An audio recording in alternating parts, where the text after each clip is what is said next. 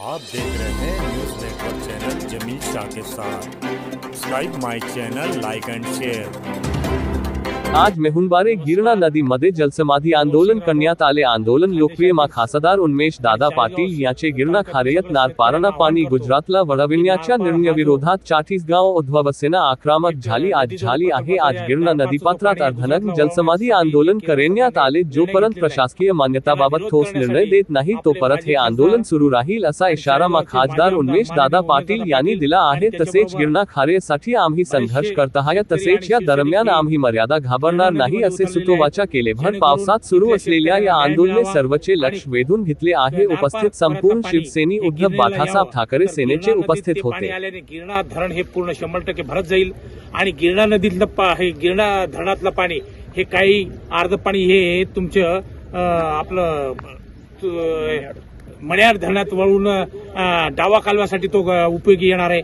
याच्यामुळे मी सगळ्या शेतकऱ्यांना आवाहन करेल की यांच्या पाठीशी उभे राहून आपण पण या, मी पण आलेलो आहे, तुम्ही पण या आणि हा आंदोलन सक्सेस करा। नाहीतर हे गुजराती आपल्याला कधीच स्वस्त बसू देणार नाही आणि आता नाही तर कधीच नाही। म्हणून तुम्ही पण या, मी पण आलेलो आहे। चला या आंदोलनाला आपण सक्सेस करूया आणि नारपार हा जे येणारा खोऱ्यातलं पाणी आहे ते आपण गिरणाकडे वळूया। याच्यासाठी आता प्रयत्न करूया। चला या, सगळ्यांना माझी विनंती आहे, या गिरणा नदीत या। नमस्कार।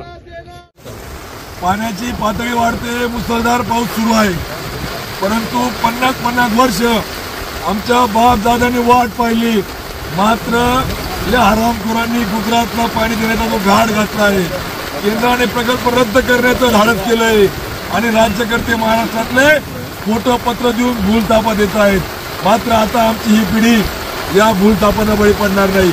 आमच्या हक्काचं नारपारचं पाणी आता गुजरातला वाहून जातंय, हे पाणी आमच्या खोऱ्यामध्ये आलं पाहिजे आणि म्हणून शाश्वत आमच्या हक्काचं पाणी मिळालं पाहिजे की ज्यावर 2.5 लाख एकर जमीन ओलिताखाली येणारी वितरण व्यवस्था आहे। 22 टीएमसीचं धरण 54 वर्षात फक्त 10च वेळेस भरलं। कसं मण्यारचं खोरं जिवंत राहील, कसं आमचं पांढण डावा कालवा जिवंत राहील, कसं आमचा दामदा उजवा डावा कालव्याला पाणी येईल, कसं आमच्या पाचोऱ्यापासून पुढच्या कालव्याला पाणी येईल।